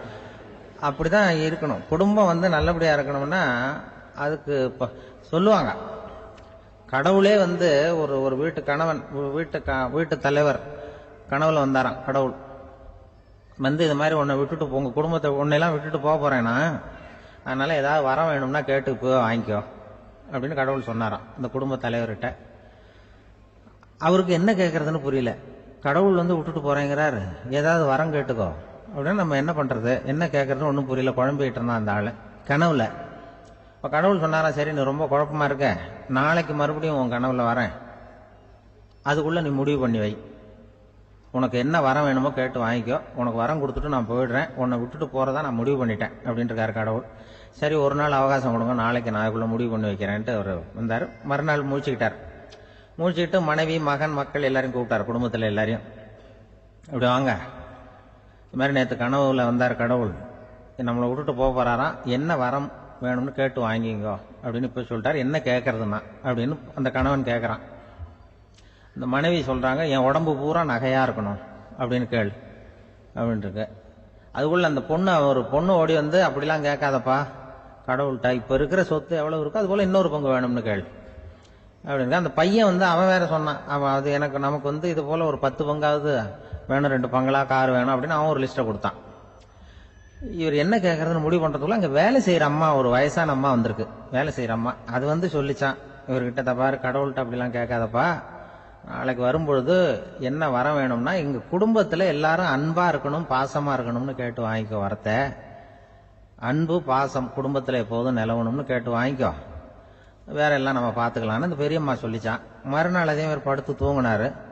கடவுள் கனவுல வந்தார். வந்து கேட்கும் பொழுது இவர் சொன்னாராம், ஐயா எனக்கு வந்து எங்க குடும்பத்துல நாங்க கணவன் மனைவி புள்ள குட்டி எல்லாம் பாசமா இருக்கணும், அன்பா இருக்கணும், இதுதான் எங்களுக்கு வரம் வேணும் அப்படின்னு கேட்டாராம். இவர் கேட்டதும் கடவுள் வந்து தலையை சொரிய ஆரம்பிச்சுட்டாராம். ஏன் என்ன யோசிக்கிறீங்கன்னு கேட்டிருக்காரு. நீங்க அன்பா பிரியமா இருந்தீங்கன்னா அப்புறம் ஏன் நான் உங்களை விட்டுட்டு போக போறேன், நான் ஏற்கனவே இல்லைங்கிறதுனால தான் உங்களை விட்டு போகலாம்னு முடிவு பண்ணியிருந்தேன். இப்போ நீங்க ஏற்கனவே பாசமா இருந்தீங்கன்னா நான் இனிமேல் போக மாட்டேன், அதனால ஏன் முடிவும் மாத்திக்க வேண்டியதுதான், உங்க கூட தான் இருக்க போறேன்னாராம். இப்படி ஒரு கதை சொல்லுவாங்க. அதனால ஒரு குடும்பத்துல அந்தந்த உறவு முறைகள் சரியா இருக்கிற வரைக்கும் எல்லாம் நல்லா இருக்கும். அங்கதான் இறைவன் வாழும் இல்லம்ங்கிறாங்களே, அதுதான் அது. அதுல அந்த குடும்ப தலைவர்ங்கிறவர் கணவன் அப்படிங்கிறதுனால அவருக்கு தான் பொறுப்பு. அவருக்கு நிறைய சகிப்புத்தன்மை வேணும், கோபம் வரக்கூடாது, யார் என்ன சொன்னாலும் போகணும். சில கணவன்மார்கள் வந்து எது சொன்னாலும் மனைவி வந்து தட்டுறதில்லை. அங்க போனா போவாங்க, எதுக்கு போக சொல்றேன்னு கேட்கறது இல்லை, போறது. இங்க வான்னா வர்றது. திருவள்ளுவர் மனைவி இருந்தாருன்னு சொல்றாங்கல்ல, அது மாதிரி. அது எப்படின்னா ஒருத்தர் சொன்னார், அது அப்படி இல்லை, அதுக்கு ஒரு கதை சொன்னார். ஹிட்லர் வந்து வந்தாராம் ஒரு தடவை, ஒரு பெரிய கப்பல் மேல, கப்பலுடைய மேல் தளத்துல ஹிட்லர் வந்துகிட்டு இருக்காரு. ஒரு இங்கிலீஷ் கேப்டன் எதிரில் நிக்கிறான். அவனுக்கு பெரிய ஆச்சரியம், இந்த ஆள் எப்படி இப்படி ஒரு தனி மனிதனா இருந்துகிட்டு உலகத்தையே இப்படி இந்த பாடுபடுத்துறாரு அப்படின்னு சொல்லி, உன்னுடைய வெற்றிக்கு என்ன காரணம்னு கேட்டாராம் அந்த இங்கிலீஷ் கேப்டன். இப்ப ஹிட்லர் சொன்னாராம், என்னுடைய வெற்றிக்கு காரணம் என்கிட்ட வேலை செய்யற ஊழியர்கள். நான் கிழிச்ச கோட்டை தாண்ட மாட்டாங்க, நான் என்ன சொல்றேனோ அதை உடனே செய்வாங்க, ஏன் எதுக்குன்னு எதிர்த்து பேச மாட்டாங்க, அதுதான் என்னுடைய வெற்றிக்கு காரணம் அப்படின்னு சொல்லி அதை நிரூபிச்சு காட்டுறேன் பார் அப்படின்னு சொல்லி கையை தட்டினாராம் ஹிட்லர். உடனே ஒரு சிப்பாய் எங்க இருந்து வந்து லெப்ட் ரைட்னு போட்டு வந்து சல்யூட் பண்ணி நின்னா. உடனே ஹிட்லர் சொன்னார், நீ அப்படியே இந்த கப்பல் மேல் தளத்துல இருந்து அப்படி கடல்ல விழுந்து செத்து போடா அப்படின்னு பொத்துன்னு குதிச்சுட்டான். எதுக்கு சொல்றேன் என்ன இதில், உடனே குதிச்சு செத்து போட்டான். இவருக்கு பெரிய ஆச்சரியம் கேப்டனுக்கு. ஹிட்லர் சொன்னார், இதுதான் என்னோட வெற்றி காரணம், தப்பார் இன்னொருத்தனை கூப்பிடுறேன் அப்படின்னு தட்டினா, இந்த பக்கத்துல இருந்து ஒருத்தன் வந்தான், லெப்ட் ரைட் வந்து நின்னா, நீ இப்படி குதிச்சு செத்து போடா அப்படின்னு பொத்துன்னு குதிச்சுட்டான். எதுக்கு போக சொல்றீங்கன்னு ஒண்ணுமே கேட்கல, புதினா உடனே குதிச்சுட்டான். அப்போ ஹிட்லர் சொன்னார், இதே மாதிரி என்னுடைய ஒவ்வொரு ஊழியர்களும் இருக்கிறாங்க, நானும் ஊழியர்களை இழக்கிறதுக்கு தயாரா இல்லை, தப்பாரு தயாரா இருப்பேன் எப்போ, தப்பார் இன்னொருத்தர் தட்டுறேன்னு இன்னொருத்தர் வந்தார். எதிர்த்தாப்புல இருந்து ஒருத்தன் லெப்ட் ரைட் சல்யூட் அடிச்சான். நீயும் குதிச்சு செத்து போடான்னு இருக்காரு ஹிட்லர். இவனால பொறுக்க முடியல, இந்த இங்கிலீஷ் கேப்டன் அனாவசியமா ஒவ்வொருத்தனா குதிச்சுடுறானேன்னு சொல்லி ஓடி போய் அவனை குதிச்சுட்டான். குதிக்கிறதுக்கு முன்னாடி பிடிச்சி தனியா எடுத்துட்டு போட்டான். தனியா எடுத்துட்டு போய் அந்த சிப்பாய் கிட்ட கேட்டாராம் அந்த இங்கிலீஷ் கேப்டன், ஏப்பா அந்த ஆளு குதிக்க சொல்றான்னா நீ ஏன் எதுக்குன்னு கேட்கறது இல்லையா, உடனே குதிச்சு செத்து போறீங்களே, இதெல்லாம் என்ன அநியாயம் அப்படின்ட்டு இருக்கான் அந்த இங்கிலீஷ் கேப்டன் கையை பிடிச்சிக்கிட்டு. உடனே அந்த சிப்பாய்க்கு கோவம் வந்துட்டு தான், உடையா கைய, இவன்ட்ட வேலை பார்க்கறத விட உழுந்து செத்து போலாம், நான் குதிக்கிறான், என்ன அனாவசியமா எதுக்கியா இருக்க சொல்றேன் அப்படின்னு சொல்லி குதிச்சுட்டானா. அதனால இந்த உடனே சொல்றதை செய்யறாங்க பாருங்க, அவங்கள நம்பக்கூடாது. கணவன்மார்களுக்கு ஒரு எச்சரிக்கை, சொல்றத உடனே செஞ்சிருவாங்க மனைவி, நீ அங்க போனா போங்க வரணும் வரணும், அது ஹிட்லர் மாதிரி நினைக்கிறாங்கன்னு அர்த்தம். இதுகிட்ட பேசிக்கிட்டு இருக்கிறத விட சொல்றதை செஞ்சுட்டு போடுவோமே, அப்படி சமாளிக்கிற கணவன்மார்கள் உண்டு. குடும்பத்துல அப்படிலாம் இருந்து சமாளிக்கிறாங்க. குடும்பத்துல ஒருத்தர் அனுசரிப்பு தன்மைங்கிறது ரொம்ப அவசியம். கணவன் மனைவின்னா அனுசரிச்சு போகணும்னு சொல்லுவாங்க. அதாவது ஒரு கணவன், அதுக்காக தான் அந்த காலத்துல எல்லாம் ஒரு வீட்டுக்கு மாப்பிள்ளை தேடுறதுங்கிறது ஒரு பெரிய குடும்பத்தை நிர்வகிக்கிற அளவுக்கு ஒரு கணவனா வரக்கூடிய எப்படி இருக்கணும் அப்படின்னா, அந்த காலத்துல புலி வேட்டைக்கு போகணும். ஒரு பொண்ணுக்கு மாப்பிள்ளை தேடுறதுன்னா நம்ம தமிழ் பழக்கம் என்னன்னா, காட்டுக்கு போய் ஒரு புலியை வேட்டையாடிட்டு வரணும். அந்த புலி பல்லு அல்லது நகத்தை கொண்டுட்டு வரணும் அந்த இளைஞன். அதை வீட்டில் கொடுப்பான். அதை தான் கட்டி அதை இதாக கட்டுவாங்க, மாலையா போடுவாங்க, தாலியா கட்டுவாங்க.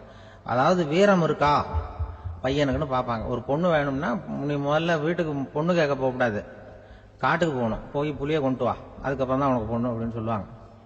இப்போலாம் ஏன் போறது இல்லைன்னா, இப்போலாம் ஒருத்தனை காட்டுக்கு போய் புலி பல் கொண்டு வானா புலி தான் மாப்பிள்ளையா வரும். அதனாலதான் இப்ப போறதில்லை யாரும் காட்டுக்கு. அப்ப பெண்களும் ரொம்ப வீரமா இருந்தாங்க. பெண்கள் மூலம் அந்த காலத்துல எப்படின்னா, முறத்தாலேயே புலியை துரத்துவாங்களாம். நம்ம பழைய பாட்டுல எல்லாம் பார்த்திருப்பீங்க, முறத்தால புலியை விரட்டினாங்கன்னு வரும் பழைய பாட்டு. ஒரு அந்த அளவுக்கு பெண்களுக்கு வீரம். இப்ப கல்யாணம் ஆகி இந்த காலத்துல ஒரு கணவனை விரட்டிட்டு வந்தாங்களாம் முறத்தை எடுத்துக்கிட்டு. ஒரு மனைவி, அவன் பயந்துட்டு வெளில ஓடி வரான், பின்னாடி முறத்தை எடுத்துட்டு அந்த அம்மா ஓடி வருது. இவனை தனியா பிடிச்சி கொண்டு போய், என்னப்பா இந்த மனைவிட்டு இப்படி பயந்து ஓடி வரையே, முறத்தால துரத்துறா இப்படி வரையே அப்படின்னா, அவன் அப்படியே தடுமாறிக்கிட்டு, அதெல்லாம் ஒண்ணும் இல்லை, அவன் என்ன புலியா நினைக்கிறா அப்படின்னு ஒரு பெருமையா சொல்லிட்டானா. அந்த காலத்துல புலியை தான் முறத்தால விரட்டினாங்க, இப்போ புருஷனை விரட்டுறாங்க அப்படின்னு சொல்லி. அப்படி அந்த காலத்துல கணவனுக்கு ஒரு குடும்பத்தை நிர்வகிக்கிற திறமை இருக்கா, உடல் வலிமை தான் முக்கியம். இப்ப கூட மதுரை பக்கத்துல ஐயாவுக்கு தெரியும், அந்த இளவட்டக்கல்லுன்னு ஒரு ஊருக்கு ஊர் எல்லையில கிடக்கும். ஊர் எல்லையில ஒரு பெரிய கல்லு கிடக்கும். அந்த ஊருக்கு பொண்ணு கேட்க போறவங்க அந்த கல்லை தலைக்கு மேல தூக்கி காட்டணும், அப்படியே தூக்கி தலைக்கு மேல வசதி கீழே போடணும். அந்த வலு இருந்தாதான் நீங்க அந்த ஊருக்குள்ளேயே போகலாம், பொண்ணு கேட்கறதுக்கு போகலாம். இல்லைன்னா நீ திரும்பி போக வேண்டியதான். அந்த வலிமை இருக்கா மாப்பிள்ளைன்னு பாக்குறாங்க. இளவட்ட கல்லுன்னு பேரு. அப்ப என்ன பண்ணாங்கன்னா, ஒரு 1000 வருஷத்துக்கு முன்னாடி அந்த கல்லை தலைக்கு மேல தூக்கி கீழே போடுவாங்களாம். ஒரு 500 வருஷத்துக்கு முன்னாடி அப்படி கொஞ்சம் தூரம் இடுப்பு அளவுக்கு தூக்கி கீழே போட்டுக்கிட்டு இருந்திருக்கிறாங்க. அதுக்கப்புறம் ஒரு 100 வருஷத்துக்கு முன்னாடி அப்படி முழங்கால அளவுக்கு அப்படி தூக்கி போட்டா போறோம்னு வச்சிருந்தாங்களாம். இப்ப நான் அந்த ஊருக்கு என் கூட பழனிசாமின்னு ஒருத்தர் இருக்காரு. அவர் போய், உனக்கு எப்படிப்பா இந்த ஊர்ல கல்யாணம் ஆச்சு அப்படின்னா, இப்போலாம் நாங்க தொட்டு கும்பிட்டா போறோம், அதை அசைக்கிறது கூட இல்லை. அப்படி ஆயிட்டுது. ஒரு குடும்பத்தை கணவனா வரப்போறவனுக்கான தகுதி அந்த காலத்துல அப்படி இருந்துதான். அப்படி கணவன் தேர்ந்தெடுக்கிறது, குடும்ப தலைவனை தேர்ந்தெடுக்கிறது ஒரு பெரிய காரியம். ஒரு பெரிய செல்வந்தர் போட்டி வச்சாராம், ஒரு நீச்சல் குளம், அதுல யார் வேணாலும் குதிச்சு அந்த பக்கம் போய் கரையேறலாம். அந்த நீச்சல் குளத்துல விஷப்பாம்புலாம் கிடக்கு. யாரு துணிஞ்சி அந்த விஷப்பாம்பு இருக்கிற குளத்துல குதிச்சு அந்த பக்கம் போய் கரையேறானோ அவனுக்கு ஒரு 100 ஏக்கர் நிலம் கொடுப்பேன், அது வேண்டான்னா ஒரு 1000 ஆடு கொடுப்பேன், அதுவும் வேண்டான்னா என் பொண்ணை கொடுப்பேன் அப்படின்னு போட்டு வச்சார். அதான் மாப்பிள்ளையை தேர்ந்தெடுக்கிறதுக்கு அவர் ஒரு வழி, நீச்சல் குளத்துல குதிச்சு கரையேறணும். இப்ப அந்த ஊர்ல இருக்கிற இளைஞர்கள்லாம் பாக்குறாங்க அந்த குளத்துல குதிக்கணும்னு. ஆனா குளத்துல ஒரு விஷப்பாம்புலாம் கிடக்கு. இது என்ன பண்றதுன்னு பார்த்தா யாருமே குதிக்கிறதுக்கு தைரியம் வரல. திடீர்னு ஒருத்தன் துணிஞ்சு குதிச்சான், படபடன்னு அடிச்சுட்டு போய் அந்த பக்கம் கரையேறிட்டான். கரையேறின உடனே பரவாயில்லையே ஒரு ஆள் வந்துட்டான்னு சொல்லி அவனை அந்த இளைஞனை போய் பிடிச்சிட்டு வந்தாங்க. அந்த பெரியவர் கேட்டார், ஏப்பா இவ்வளவு பெரிய விஷப்பாம்பெல்லாம் கிடக்கிற நீச்சல் குளத்துல நீ துணிஞ்சு குதிச்சு கரையேறி இருக்கிற, உனக்கு என்ன 1000 ஏக்கர் நிலம் கொடுத்துறவா, 100 ஏக்கர் நிலம் கொடுக்கவா சொல்றபடி அப்படின்னா, வேண்டாம் சார்ன்றான். ஓஹோ அப்படின்னா ஒரு 1000 ஆடு வேணுமா உனக்கு அப்படின்னா அதுவும் வேண்டாம் சார். ஓ அப்படின்னா என் பொண்ணு வேணுமா அப்படின்னா அதுவும் வேண்டாம் சார்ங்கிறான். அப்புறம் எதுக்குடா குதிச்சு என்ன உனக்கு என்னதான் வேணும் அப்படின்னு கேட்டிருக்காரு. என்னை எவன் பிடிச்சி தள்ளி விட்டவன்னு தெரியணும் அப்படின்றான். அதுக்காக அவன் பார்த்துருக்கான். அப்படி இருந்தாதான் துணிச்சல் வரும் இந்த காலத்துல. எதுக்கு இவ்வளவு சங்கடம்லாம் வச்சாங்கன்னா, ஒரு குடும்பத்துக்கு தலைவரா வர வேண்டிய ஒரு ஆள், கணவனா இருக்க வேண்டியவனுக்கு துணிச்சல் இருக்கா, தைரியம் இருக்கா அப்படிங்கறது பாக்குறதுக்காக இப்படிப்பட்ட தேர்வு முறைகள்லாம் வச்சிருந்தாங்க அந்த காலத்துல எல்லாம். இப்போலாம் கல்யாணம் பண்றது ஆளுக்கு நேர்ல பார்க்காமலே கூட கல்யாணம் நடக்குது இன்டர்நெட்ல. இப்ப சர்டிபிகேட் கேட்கறாங்க, நோய் நொடி இல்லாம இருக்காரா பாரு. காட்டுக்கெல்லாம் போக வேண்டாம், நேரம் ஆஸ்பத்திரிக்கு போய் ஒரு சர்டிபிகேட் வாங்கிட்டு வா, உனக்கு ஒன்றும் வியாதி இல்லைன்னு ப்ரூவ் பண்ணு, அதுக்கப்புறம் பார்த்துக்கலாம், மற்றதை பேசுவோம் அப்படின்னு சொல்லி அப்படி இருக்குது நிலைமை. அதனால குடும்பத்தில் அந்த கணவனா இருக்கிற வேண்டியவனுக்கு பொறுப்பு அதிகம். ஏன்னா எல்லாத்தையும் அனுசரித்து போக வேண்டியதான் வந்தான். அப்படிதான் இருக்குது. அந்த கணவன் மனைவிக்குள்ள விட்டு கொடுக்கறது அதெல்லாம் பத்தி நிறைய எல்லாரும் ஏற்கனவே நம்ம புலவர்கள்லாம் பாடியிருக்காங்க. எல்லாரும் சொல்லுவாங்க, ஒரு கணவன் ஒரு குழந்தை பிறந்துதான் ஒரு வீட்டில், அந்த குழந்தைக்கு என்ன பேர் வைக்கிறதுங்கிறது ஒரு தகராறு. இந்த குழந்தைக்கு என்ன பேர் வைக்கிறதுங்கிறதுல தகராறு வந்துடுது. யாரு? கணவனுக்கும் மனைவிக்கும். அவன் என்ன சொல்றான், எங்க அப்பா பேரை தான் வைக்கணுங்கிறான் அவன். இந்த அம்மா என்ன சொல்லுது, இல்ல எங்க அப்பா பேரை தான் வைக்கணும் அப்படிங்குது. காலையில இருந்து சண்டை, தகராறு. எதிர்த்த வீட்டுக்காரன் பார்த்தான், இது என்ன காலையில இருந்து எதிர்த்த வீட்டுல தகராறு நடக்குது, என்னன்னு போய் கேட்டுறான். என்னம்மா உங்களுக்கு உள்ள தகராறு, காலையில இருந்து பார்த்தேன் அப்படின்னா. ஒண்ணும் இல்லம்மா, எங்க குழந்தைக்கு பேர் வைக்கிறதுல எங்களுக்கு உள்ள ஒத்து போக முடியல, நான் எங்க அப்பா பேரை வைக்கணுங்கிறேன், அந்த அம்மா அவங்க அப்பா பேரை வைக்கணுங்குது, அதுதான் எங்களால குடும்பத்துல ஒரு நிம்மதி இல்லாம இருக்கிறோம், தகராறு பண்ணிட்டு இருக்கோம் அப்படின்னு. ஆனா அப்ப எதிர்த்த வீட்டுக்காரன் சொல்லியிருக்கான், எதிர்த்த வீட்டுக்காரன்னு நான் எதுக்கு இருக்கிறேன், நான் பஞ்சாயத்து பண்ணி வைக்கிறேன், உங்களுக்குள்ள என்ன இது பேர் தானே வைக்கணும், ஏன்பா உங்க அப்பா பேர் என்ன அப்படின்னு அவனை கேட்டிருக்கான். எங்க அப்பா பேரு சீனிவாசன் அப்படின்ட்டு இருக்கான். இந்த அம்மாவை உங்க அப்பா பேர் என்னம்மா, கிருஷ்ணன். இவன் யோசிச்சு பார்த்தான், குழந்தைக்கு சீனிவாச கோபாலகிருஷ்ணன் பேர் வைங்க போங்க அப்படின்ட்டு போயிட்டான். ஏத்தோட்டு தீர்த்து வச்சுட்டு போயிட்டான். போனதுக்கு அப்புறம் இவங்க 2 பேரும் பேசிக்கிட்டாங்க. சரி, இந்த சீனிவாசன் சரி கிருஷ்ணன் சரி, நடுவுல கோபாலம் யாரு அப்படின்னு சொல்லி அவனை போய் இழுத்துட்டு வந்தான். எழுத்து வீட்டுல போய், அது யாரா, அது இங்க வா, அது யாரா கோபால, அது எங்க அப்பா பேரு, நீ அதை மட்டும் எதுக்கு விட்டு வைக்கிற, அதையும் சேர்த்து வச்சுட்டு போடான்னு. அதாவது குடும்பத்துல ஒரு கணவனும் மனைவியும் ஒரு சின்ன விஷயத்துல கூட ஒத்து போகலன்னா இப்படிதான் ஏத்து வீட்டுக்காரன் பஞ்சாயத்துக்கு வருவான். கோபாலன்னு குறுக்க வருவான் ஒருத்தன். அப்படி அந்த அனுசரிப்புங்கிறது குடும்பத்துல ரொம்ப அவசியம். கணவனும் மனைவி அது ஒண்ணுக்கு மேல இந்த கல்யாணம் பண்ணிக்கிறாங்க, அது ரொம்ப அவஸ்தை. ஒருவனுக்கு ஒருத்திங்கிறது நம்ம இதெல்லாம் சொல்றது. ஒன்றுக்கு மேற்பட்ட திருமணங்கள் சங்கடத்துல தான் கொண்டு விடும். நிறைய சொல்லுவாங்க. உலகத்திலேயே ஒரு பெரிய இது என்ன தெரியுங்களா, இயற்கை நிர்ணயம் பண்ணுது. இப்போ நம்ம சில பேருக்கு எனக்கு பொம்பளை பிள்ளை வேண்டாம் ஆம்பளை பிள்ளை வேண்டாம்னு சொல்லி இந்த ஸ்கேன் பண்ணி என்னென்னவோ பண்ணிட்டு இருக்கிறாங்கல்ல. ஆனா இயற்கை அந்த 50-50 ரேஷியோவை அது மெயின்டைன் பண்ணிட்டு இருக்கு. இந்த உலகத்துல ஒரு அதிசயமான உண்மை என்னன்னா, 116 ஆம்பளை பிள்ளை பிறந்தா 100 பொம்பளை பிள்ளை பிறகுதான்.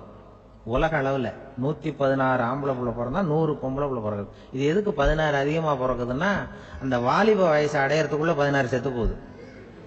16 அங்கங்க ஓடுறது, கொஞ்சம் முரட்டத்தனமா போறதுனால செத்து போகுது. அந்த 50-50 இந்த ஒருத்தருக்கு ஒருத்தங்கிற ரேஷியோவை இயற்கை மெயின்டைன் பண்ணிட்டு இருக்கு. அது ஒரு பெரிய அதிசயம். அதை விட பெரிய அதிசயம் என்னன்னா, இந்த உலக யுத்தம் நடந்தது இல்ல, முதல் உலக யுத்தம், 2வது யுத்தம், அப்ப பாத்துருக்காங்க, கணக்கு எடுத்திருக்கிறாங்க. அந்த யுத்தம் முடிஞ்ச பிறகு 116 ஆம்பளை பிள்ளைக்கு பதிலா 160 170 பிறக்க ஆரம்பிச்சுதான். 100 பெண் குழந்தைக்கு 170 180 ஆண் குழந்தை. இது எதுக்குன்னா, அந்த போர்ல செத்து போகுதுல ஆம்பளை பிள்ளைகள், அதை ஈடுகட்டுறதுக்காக அதிகமா பிறக்க ஆரம்பிச்சிருக்கு. அந்த அளவுக்கு இயற்கை ஒரு பெரிய ரேஷியோவை மெயின்டைன் பண்ணுது. அதாவது ஒருவனுக்கு ஒருத்திங்கிறத அது சொல்லிட்டு இருக்கு. புறாவெல்லாம் வளர்த்தீங்க, நான் கூட புறா வளர்த்துருக்கிறேன் ஊர்ல.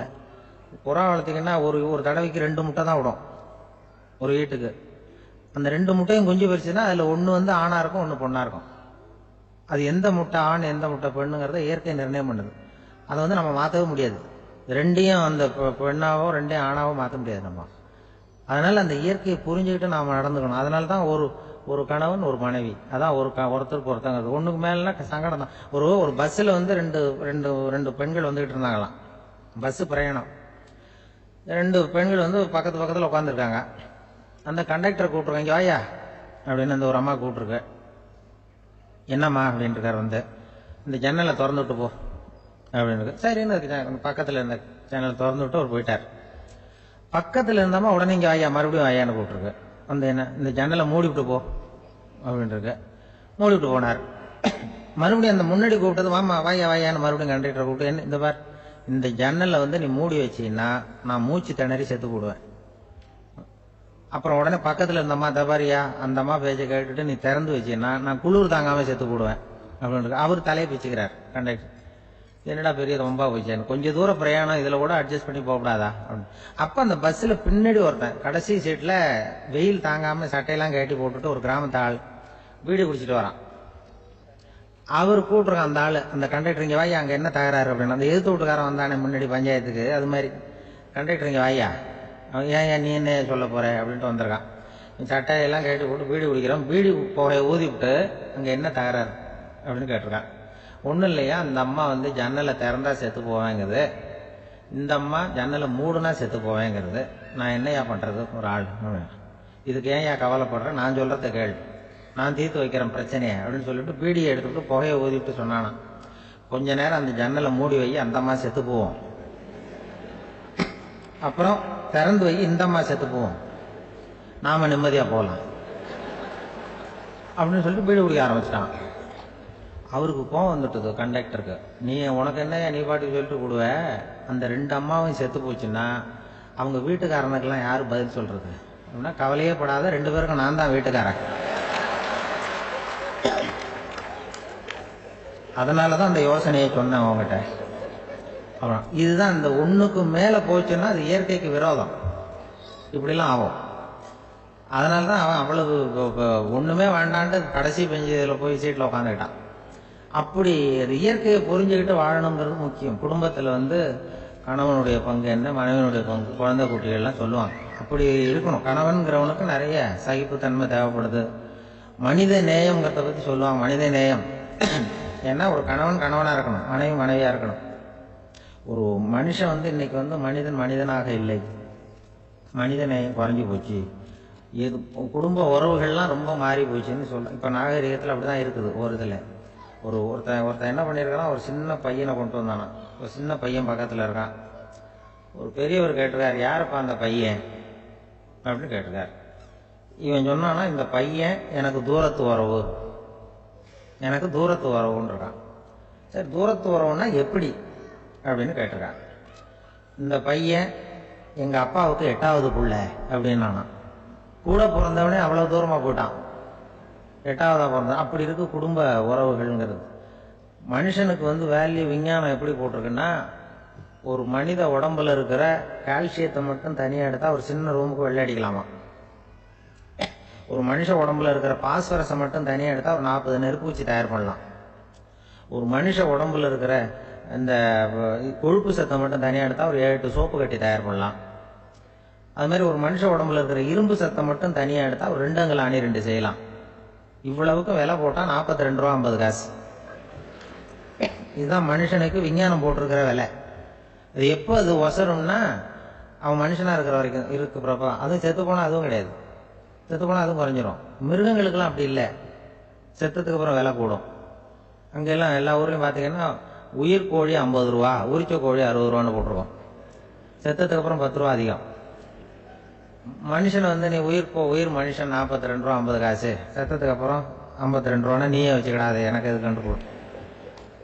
அவன் வந்து எப்போ அவனுக்கு வேல்யூ கூடும்னா, மனிதன் மனிதனாக வாழும்பொழுது தான் வேல்யூ கூடும். குடும்பத்தில் வந்து அந்த அந்த பாசத்தோட வாழணும்னு கடவுள்கிட்ட கேட்டு சொன்னாங்களே, அதுதான். இந்த சமூகம்ங்கிறதும் ஒரு பெரிய குடும்பம் தான். அதனாலதான் இந்த நாட்டுக்குள்ள பெருமையை எல்லாரும் ஒற்றுமையா இருந்தா எதையும் சாதிக்கலாம்ங்கிறது தான் இந்த நாட்டுக்குள்ள பெருமை. அப்படி நிரூபிச்சோம். அதனால சமூகம்ங்கிறதும் ஒரு குடும்பம் மாதிரி இருக்கிறது தான் பெருசு. சில இதெல்லாம் இப்போ ஜாதி மத வேறுபாடெல்லாம் வந்து நம்முடைய முன்னேற்றத்தை வந்து தடுக்கும். விலங்குகள் வந்து நம்மளோட மேலானது. அதான் ஒரு ஊர்ல ஒரு சிவன் கோயில் இருந்துதான். சிவன் கோயில்ல அந்த புறாவெல்லாம் வளர்ந்துகிட்டு இருந்திருக்கு. அந்த மாடத்துல, சிவன் கோயில் மாடத்துல புறாவெல்லாம் குடியிருந்திருக்கு. உடனே அதுக்கு கும்பாபிஷேகம் பண்றதுக்காக ஊர்ல திட்டம் போட்டாங்க. சிவன் கோயிலுக்கு வெள்ளடிக்க ஆரம்பிச்சாங்க. வர்ணம் பூச ஆரம்பிச்சதும் அந்த அதுக்கு சாரம் கட்டுவாங்கல்ல, இந்த குச்சியெல்லாம் வச்சு சாரம் கட்டுவாங்க. உடனே இந்த புறாவெல்லாம் என்ன பண்ணிச்சான், இனிமே நம்ம இங்க வெள்ளை அடிக்கிறாங்க, கும்பாபிஷேகம் வருது, நம்ம இங்க குடியிருக்க முடியாது, எதிர்த்தாப்புல எங்க போகலான்னு பார்த்துருக்கு. இந்த உயரம் கோபுரத்தில் இருந்த புறாவெல்லாம். எதிர்த்தாப்புல ஒரு மாதா கோயில் இருந்திருக்கு, சர்ச்சு. அங்கே சில மாடங்களில் புறாவெல்லாம் இருக்குது, சில மாடம் இருக்குது. உடனே நம்மளாம் அங்கே போடும் கொஞ்சம் காலத்துக்குன்னு எல்லாம் புறப்பட்டு இந்த மாதா கோயிலுக்கு போயிடுது.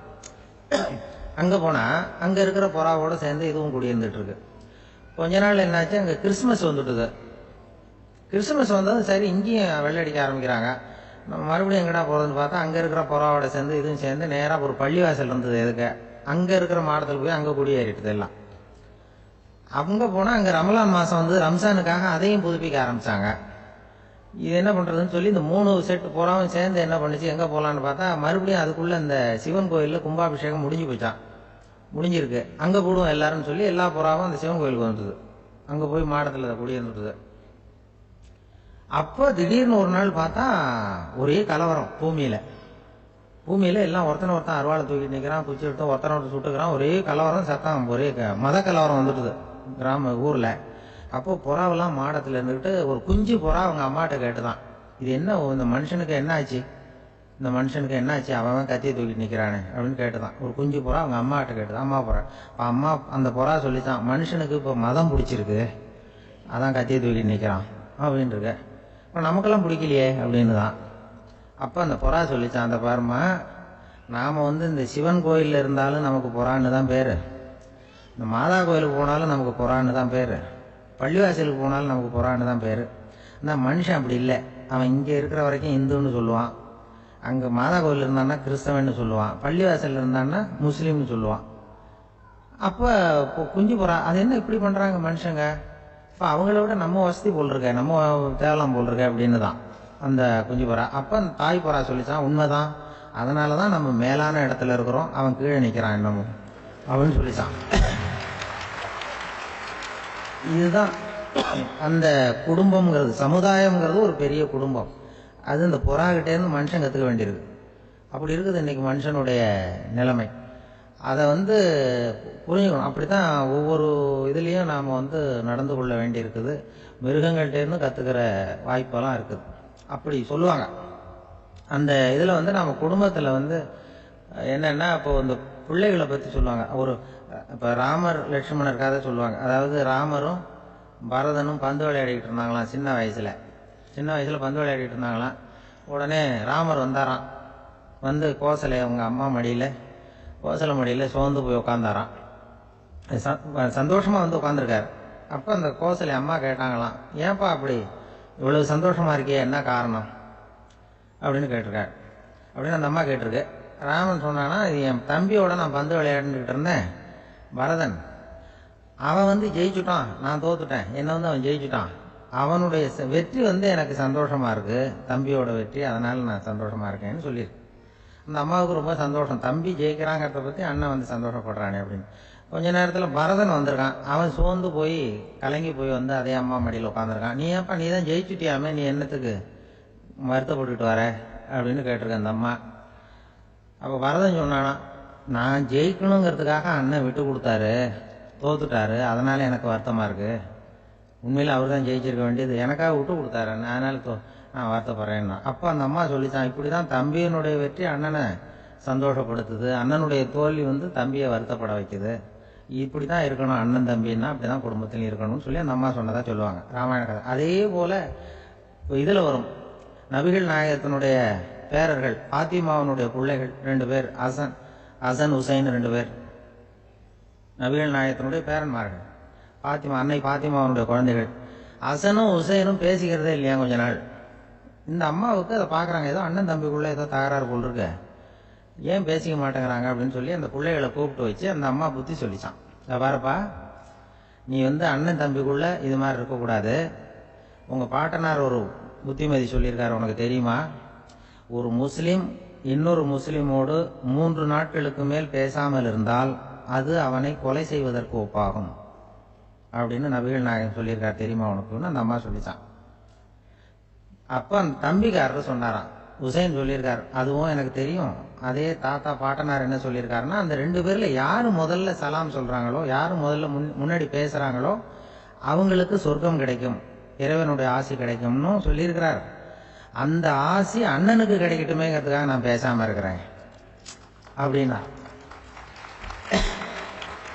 அந்த ராமனும் பரதனும் எப்படி இருந்தாங்களோ அப்படிதான் ஹசனும் ஹுசைனும் இருந்திருக்கிறார்கள். அந்த பாசம் தான் குடும்பத்தில் வேணும்.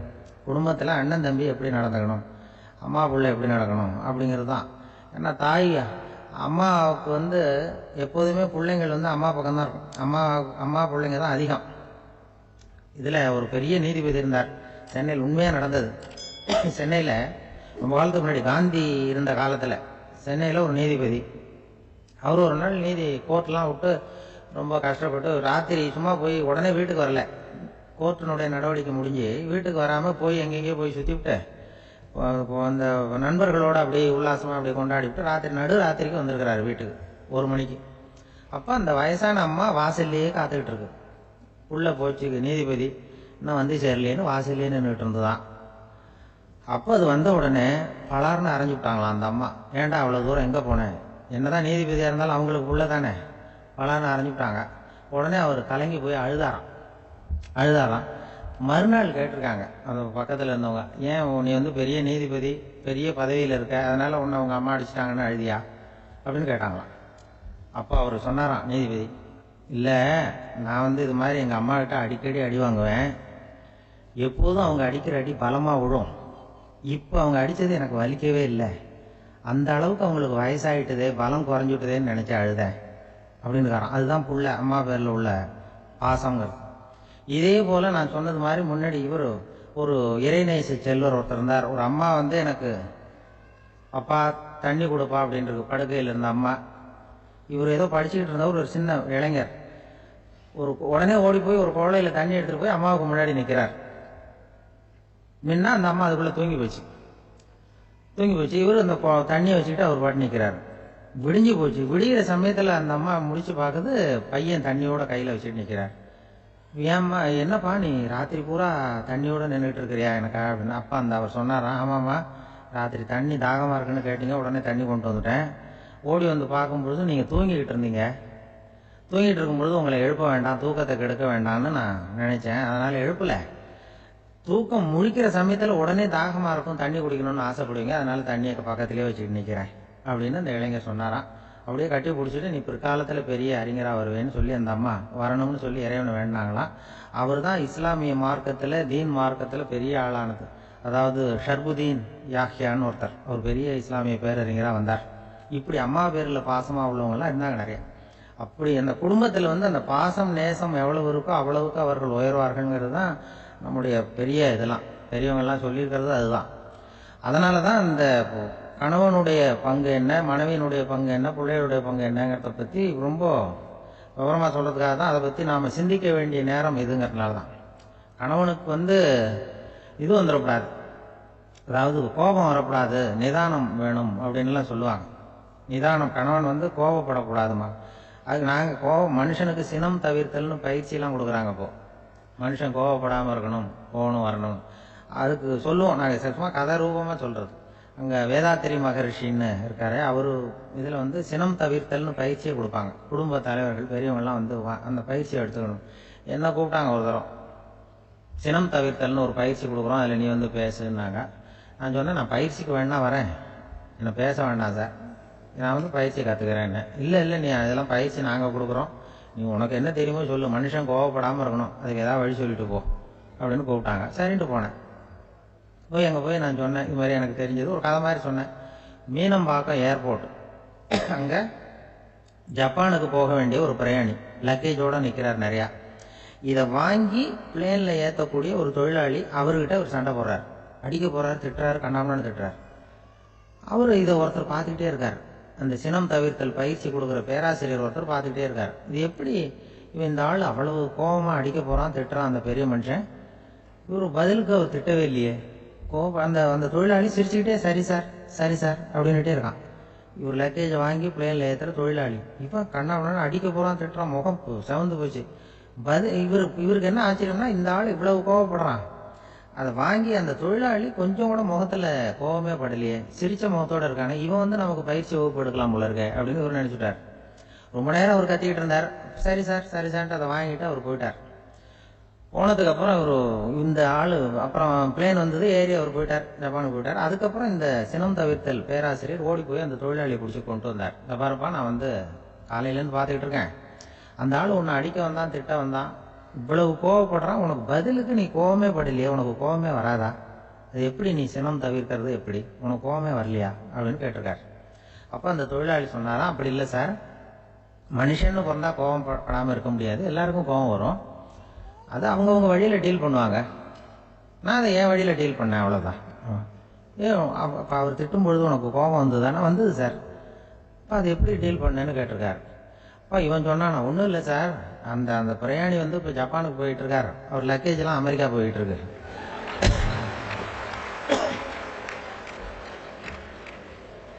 இதுக்கு நாம எதுக்கு சார் அனாவசியமாக அவன்கிட்ட போய் சண்டை போட்டுக்கிட்டேன்? மாற்றி ஏற்றி விட்டா அவன் போய் பார்த்துக்கிறான் எங்கேயாவது. அதுதான் நான் சினம் தவிர்க்கிற வழி அவன் சொன்னாரான். உடனே இதை தான் எனக்கு தெரிஞ்சது கோபம் வராமல் இருக்கிறதுன்னு அங்கே பேசினேன் அந்த கூட்டத்தில்.